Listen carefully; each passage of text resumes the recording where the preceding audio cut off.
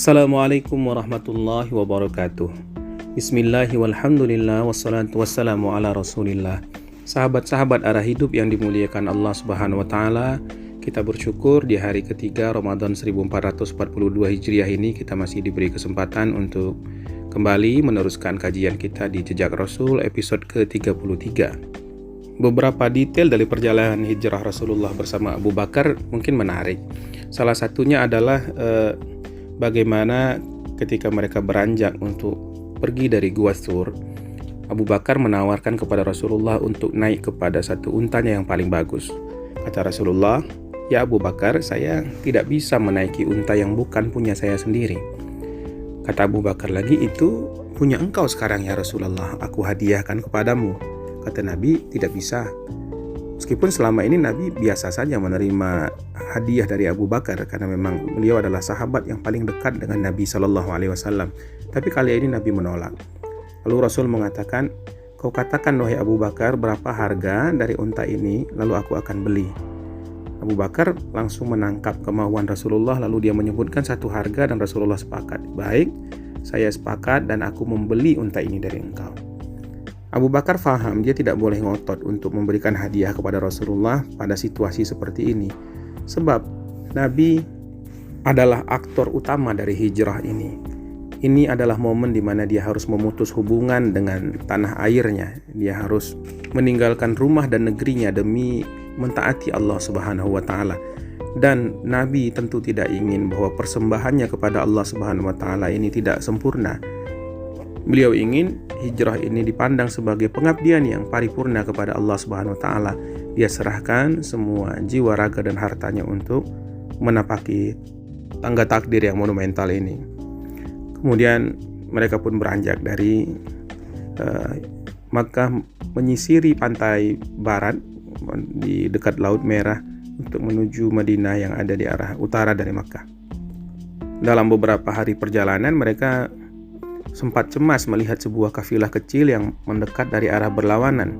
Namun ketika sudah dekat sekali, kecemasan berubah jadi kegembiraan karena ternyata kafilah itu adalah rombongannya sepupu Abu Bakar, yakni Tolhah.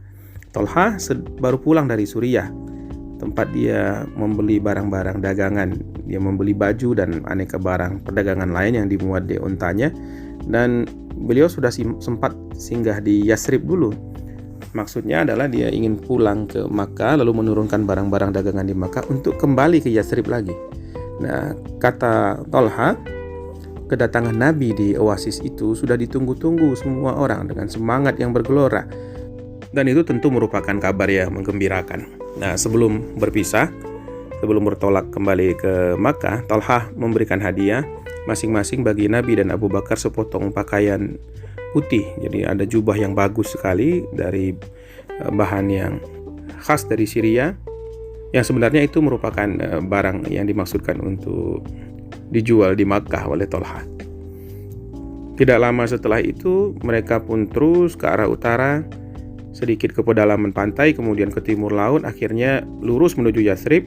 Di sebuah tempat Nabi menerima di situ Quran, yakni surah Al-Qasas, ayat-ayat terakhir, ayat 85 yang bunyinya, "Innalladzi farada 'alaikal Qur'ana radduka ila ma'ad." Sungguh yang mewajibkan atasmu untuk melaksanakan hukum-hukum Quran ini benar-benar akan mengembalikan engkau kepada tempat kembali. Hari ke-12 dari perjalanan itu mereka sampai di lembah Akik. Melintasi lembah, mereka mendaki lereng bebatuan hitam yang terjal yang kita sebut sebagai Hirrah itu. Sebelum sampai puncak, matahari sudah naik dan panasnya mulai menyengat. Nabi dan Abu Bakar terus saja mendaki bukit yang terakhir. Sesampai di puncak bukit, nampaklah dari atas sana itu tempat sebagaimana yang dimimpikan oleh Rasulullah SAW, yakni lahan subur yang diapit oleh dua jalur bebatuan hitam. Dari sana nampak hijaunya pepohonan anggur, kebun, serta taman-taman sekira 3 mil kalau berjalan kaki dari lereng yang akan dituruni oleh Rasulullah selanjutnya. Nah, tempat yang paling dekat dari pandangan mata itulah Quba. Di Quba ini sebagian besar muhajirin yang datang dari Mekah tinggal pertama kali. Beberapa di antara mereka juga masih menetap di sana. Nabi katakan kepada Ibnu Uraikid, ya ayo bawa kami langsung ke Bani Amr di Quba. Usahakan kita bisa sampai di dalam kota sebelum malam. Nah, istilah kota itulah yang dikenal di seluruh Arab dan kemudian di tempat lain sebagai kota. Dalam bahasa Arabnya itu Madinah. Orang Inggris menyebutnya Medina. Di Kuba, kabar tentang sayembara penangkapan Rasulullah SAW sudah beredar. Mereka sudah tahu bahwa Nabi sudah menghilang dari Mekah dan kaum Quraisy sedang memburu Rasulullah SAW. Oleh karena itu, orang Kuba cemas. Siang malam Rasulullah dinanti. Bahkan selepas fajar itu beberapa orang dari Bani Amir sudah keluar untuk melihat beliau. Jangan-jangan ada rombongan. Nah, itu berhari-hari ditunggu belum juga muncul. Bahkan orang-orang yang menunggu-nunggu Nabi ini termasuk juga para muhajirin Quraisy yang masih tinggal di sana, belum pindah ke Madinah. Mereka keluar melintasi ladang-ladang, melintasi pohon kurma sampai ke jalur Hirrah, jalur lava itu. Setelah sampai di sana, mereka akan menunggu sampai panas matahari naik. Kalau Nabi belum muncul, mereka pulang. Nah, sampailah di satu siang di mana mereka kembali melakukan aktivitas yang sama. Lalu karena matahari sudah demikian terik, mata tidak mampu lagi melihat ke arah yang jauh. Mereka berniat kembali pulang. Tapi ada satu pantulan sinar matahari di baju putih baru yang dimiliki oleh Rasulullah dan Abu Bakar, pemberian dari Tolha. Sangat mencolok sekali pantulan matahari dari baju putih itu dari bebatuan gunung yang hitam. Ada satu orang Yahudi yang memanjat atap rumah dan bisa melihat lebih jelas ke arah Rasulullah. Lalu dia teriak, "Hei, Bani Qailah, anak-anak Qailah." Anak Qailah itu yakni maksudnya Aus dan Khazraj. Dia sudah datang. Nah, seruan itu, teriakannya itu langsung disambut orang laki-laki, perempuan, anak-anak keluar rumah. Berduyun-duyun mereka keluar menyambut rombongan Rasulullah SAW.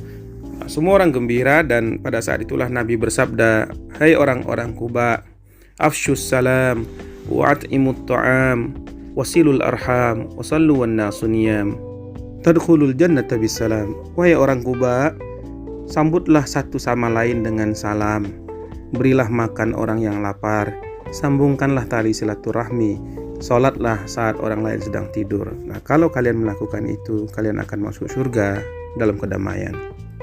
Di Kuba maka diputuskan bahwa Rasulullah sebaiknya tinggal dengan Kulsum. Ada lelaki tua dari Kuba yang sebelum ini menyambut Hamzah dan Zaid di rumahnya ketika mereka baru datang dari Mekah. Kulsum ini dari kabilah Bani Amir, orang Aus. Sementara itu Abu Bakar tinggal bersama seorang Khazraj di desa Sun yang agak lebih dekat lagi ke Madinah. Mereka di sana 3 hari dan di penghujung hari kedua itu Ali tiba dari Mekah. Ali butuh waktu lebih di Mekah untuk menunaikan amanah dari Rasulullah SAW, yakni mengembalikan semua barang titipan yang dititipkan pada Nabi ke pemiliknya masing-masing. Nah, di Kuba cukup banyak yang datang ke Rasulullah, banyak tetamu yang hadir. Ada beberapa orang Yahudi Madinah yang datang bukan karena itikat baik, tapi sekedar penasaran dan ingin tahu saja. Pada malam kedua atau malam ketiga Rasulullah di Kuba, ada seorang yang berpenampilan beda dengan orang lain. Dia bukan orang Arab, tapi juga tidak terlihat seperti orang Yahudi. Nah, orang itu adalah Salman. Salman datang dari Persia. Dia berkebangsaan Persia, Zoroastrian. Asalnya dari desa Jai di dekat Isfahan. Dia merantau ke Syria pada usia masih sangat muda dan dia menjadi Kristen di sana. Di situ dia berguru kepada seorang pendeta suci yang saat sekarat menganjurkan dia pergi ke Mosul untuk menemui rekannya, koleganya sesama pendeta Nasrani yang juga orang tua dan umurnya juga tidak panjang. Setelah wafat orang yang ada di Mosul, Salman kemudian berangkat ke sebelah utara Irak. Di sana kemudian dia bertemu lagi dengan seorang pendeta yang juga tidak panjang umurnya. Tapi di akhir hayatnya orang ini mengisyaratkan bahwa akan datang seorang nabi dalam masa yang tidak lama lagi. Dia mengatakan kepada Salman, nabi itu diutus dengan agama Ibrahim dan akan datang di Arab. Tempat dia berhijrah dari rumahnya ke tempat di antara 2 jalur lava, sebuah negeri yang penuh kurma. Tanda-tandanya jelas, dia akan makan hadiah, tapi dia tidak akan makan sedekah. Dan dia punya tanda kenabian di punggungnya, di antara 2 bahunya. Salman sangat obsesif untuk menjumpai Nabi akhir zaman itu. Akhirnya dia bergabung dengan sekelompok pedagang dari Kaleb untuk ikut rombongan mereka ke Arab. Tapi ketika mereka sampai di Wadil Qura dekat Teluk Aqabah di sebelah utara Laut Merah, pedagang-pedagang ini justru berkhianat kepada Salman dan menjual Salman kepada seorang Yahudi sebagai budak. Mulanya Salman mengira di Wadil Qura yang memang juga penuh kebun kurma bahwa ini adalah kota yang dia cari, tapi dia masih ragu. Sampai kemudian orang Yahudi itu yang merupakan tuannya Salman menjualnya kepada sepupunya lagi dari Bani Quraidah di Madinah. Salman akhirnya tinggal bersama orang-orang Bani Quraidah dan melihat hamparan kurma yang ada di sana, kuat hati Salman berkata bahwa inilah tempat Nabi akhir zaman itu akan hijrah. Nah, majikan baru Salman ini memiliki sepupu yang tinggalnya di Kuba. Pada saat kedatangan Nabi, orang Yahudi Kuba itu pergi ke Madinah mengabarkan kepada saudaranya yang merupakan tuan dan majikan dari Salman. Pembicaraan mereka tentang Nabi didengar oleh Salman. Pada saat itu Salman sedang di atas pohon kurma mendengar Nabi itu sudah datang. Orang yang diduga sebagai Nabi itu telah datang, badannya gemetar karena dia gembira dan begitu bersemangat ya. Maka dia turun dari pohon karena takut jatuh. Setelah berada di bawah, dia bertanya kepada majikannya, namun majikannya marah. Kamu jangan banyak tanya, kau kerja saja. Sore hari Salman kabur dengan membawa beberapa makanan yang dia simpan, lalu dia pergi ke Kuba. Nah, di tempat itulah kemudian Salman melihat Nabi sedang duduk bersama beberapa orang sahabat beliau, dan Salman mendekat. Dia memberi makanan dan dia mengatakan ini adalah sedekah dari saya. Nabi mengambil, mengucap terima kasih, lalu membagi-bagi sedekah Salman itu kepada sahabat-sahabatnya. Dan Nabi sama sekali tidak menyentuh, tidak makan satu biji pun dari apa yang diberikan Salman. Maka Salman sudah membuat checklist di dalam hatinya. Satu dari tanda kenabian sudah dia dapati. Lalu dia pun kembali ke Madinah dengan harapan dan dengan penuh kesyukuran. Dia menjadi sangat bersemangat. Selepas dari Kuba di hari Senin tanggal 27 September 622 Masehi kira-kira, sampailah Nabi di Madinah. Sudah terdengar berbagai kabar bahwa penduduk Madinah itu sudah tak sabar menunggu kehadiran beliau di sana. Maka Nabi tidak berlama-lama di Kuba. Nabi menyempatkan membangun masjid di Kuba, dan itulah sebuah masjid yang dibangun pertama kali dalam Islam. Jumat pagi beliau meninggalkan Kuba. Pada siang harinya beliau bersama para sahabat berhenti di lembah Ronuna. Beliau di sana sholat bersama Bani Salim dari suku Khazraj yang sudah menunggu, dan itu adalah sholat Jumat yang pertama kali dilakukan di negeri yang mulai saat itu menjadi tanah air bagi Rasulullah SAW. Rombongan mulai besar karena ada kerabat-kerabat dari Bani Najjar yang sudah datang menemui beliau. Ada orang-orang dari Bani Amir yang mengawal beliau dari Kuba, membawa rombongan yang jumlahnya sampai 100 orang. Selepas sholat, Nabi menunggangi Qaswa, begitu pula Abu Bakar dan kaum muhajirin lainnya menunggangi unta dan berangkat sama-sama menuju kota. Di kiri kanan mereka ada pasukan berpakaian perang dengan pedang terhunus. Mereka inilah orang-orang Aus dan orang Khazraj yang menjaga rombongan Rasulullah, dan dengan ini menunjukkan bahwa janji mereka untuk melindungi beliau pada saat Bai'at Aqabah 1 maupun 2 itu bukan omong kosong. Mereka betul-betul menepati janji untuk melindungi Rasulullah SAW dengan segenap jiwa dan raga mereka. Di sepanjang jalan, laki-laki, perempuan, anak-anak berbaris-baris mengatakan, marhaban ya Nabi Allah, marhaban ya Nabi Allah, selamat datang wahai Nabi, selamat datang wahai Nabi. Dan Qaswa di sepanjang jalan itu memperlambat langkahnya, dan dia seolah seperti sebuah kendaraan parade yang anggun gitu. Ketika sudah masuk wilayah pemukiman dan rumah terlihat sudah mulai rapat, maka banyak orang menawarkan Rasulullah untuk singgah. Mampirlah di sini wahai Rasulullah, kami ada kekayaan, kami bisa menjamu engkau dan kami bisa menjaga engkau. Tapi Nabi tidak parkir di mana-mana. Beliau katakan, biarkan unta ini berjalan karena ia berada di bawah perintah Allah Subhanahu wa taala. Nah, Qaswa terus berjalan sampai di antara kediaman kerabat terdekat Nabi dari Bani Adi. Bani Adi ini cabang dari Bani Najjar, kabilah terbesar dari suku Khazraj. Namun ternyata tidak berhenti, terus saja dia berjalan. Tempat Nabi dulu pernah tinggal sebentar bersama ibunya pada saat mereka berkunjung ke Madinah juga dilewati oleh Qaswa. Sampailah di perkampungan Bani Malik, juga masih cabang suku Najjar. Kabilah ini cukup istimewa karena 2 dari 6 orang yang berbaiat kepada Nabi sebelum Aqabah yang pertama, yakni As'ad dan Auf, adalah dari kampung mereka. Di sana Qaswa belok dari sebuah jalan, lalu kemudian menderum di satu tempat yang sekarang menjadi salah satu dari pintu Masjid Nabawi. Tempat itu merupakan sebuah mirbad, tempat pengeringan kurma yang dimiliki oleh 2 orang anak yatim dari Bani Najjar. Namanya Sahal dan Suhail. Nah, dikata Nabi, disinilah tempatku akan tinggal. Sahal dan Suhail, 2 anak yatim ini juga sudah berada di sana. Lalu Nabi minta mereka menghadap kepada Rasulullah SAW. Nabi bertanya, wahai Ananda, bersediakah kalian berdua ini menjual tanahmu ini kepadaku?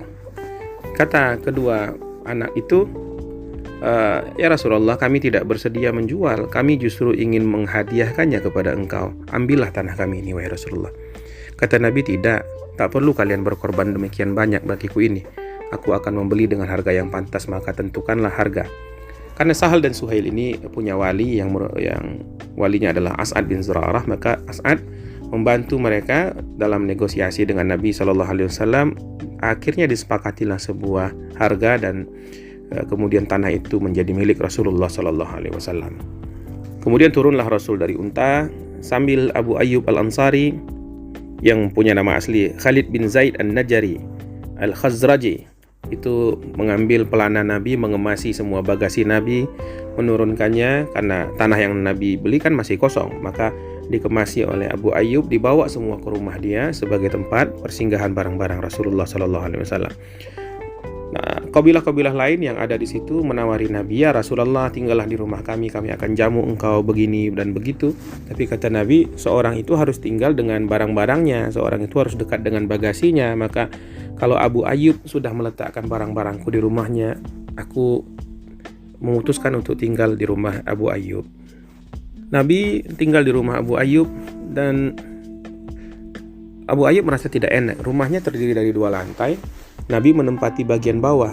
Abu Ayyub merasa kurang sopan dan kurang beradab ketika dia berada di lantai yang lebih tinggi dari Rasulullah SAW. Lalu beliau mempersilahkan, ya Rasulullah, tolonglah engkau tinggal di atas, biar kami saja yang di bawah. Tapi kata Rasulullah, Abu Ayyub, kalau boleh yang lebih nyaman bagi kami, bagi orang-orang yang bersama dengan kami, bagi orang-orang yang nanti akan bertamu kepada kami, itu adalah tinggal di lantai bawah. Maka Abu Ayyub mempersilahkan Nabi, yang lebih nyaman bagi Nabi saja. Tinggalnya Rasulullah SAW di rumahnya itu sendiri bagi Abu Ayyub adalah sebuah kehormatan yang harus disyukuri sebagai anugerah yang besar dari Allah Subhanahu wa Ta'ala. Abu Ayyub sebagaimana kaum muslimin lainnya sangat cinta kepada Rasulullah SAW, dan cinta yang datang dari hati yang bersih akan selalu terejawantahkan, akan selalu terungkapkan dalam ekspresi-ekspresi laku dan tindakan. Cinta kepada Nabi membuat Abu Ayyub melakukan pelayanan. Kata Abu Ayyub, satu ketika kami membuat makan malam untuk Rasulullah SAW, lalu kami hantarkan kepada beliau. Karena makanan itu banyak dan tidak bisa dihabiskan oleh Rasulullah SAW, beliau mengembalikan kepada kami. Aku dan Ummu Ayyub mengusap tempat tangan beliau, makanan yang sudah beliau makan tadi. Kami makan dari tempat itu untuk bertabarruk, untuk mengharapkan barokah dari tangan Rasulullah yang mulia. Di lain waktu Abu Ayyub juga bercerita, sesungguhnya Rasulullah tinggal di bawah dan kami tinggal di lantai atas. Kami punya penampungan air yang tempat itu sudah agak retak sehingga airnya menetes ke bawah. Kami takut akan mengganggu tidur dan kenyamanannya Rasulullah SAW. Lalu kami membawa selimut beludru, satu-satunya milik kami. Lalu kami mengeringkan air dengannya. Demikianlah kecintaan dan pengorbanan para sahabat kepada Nabi SAW. Nabi yang merupakan qurrata a'yun, Nabi yang merupakan gerbang hidayah, Nabi yang kehadiran dirinya merupakan perantara kita dengan Allah Subhanahu wa taala. Nabi yang membawa hidayah, Nabiyur Rahmah, nabi yang merupakan rahmatan lil alamin. Allahumma sholli ala sayyidina Muhammad wa ala ali Muhammad. Assalamualaikum warahmatullahi wabarakatuh.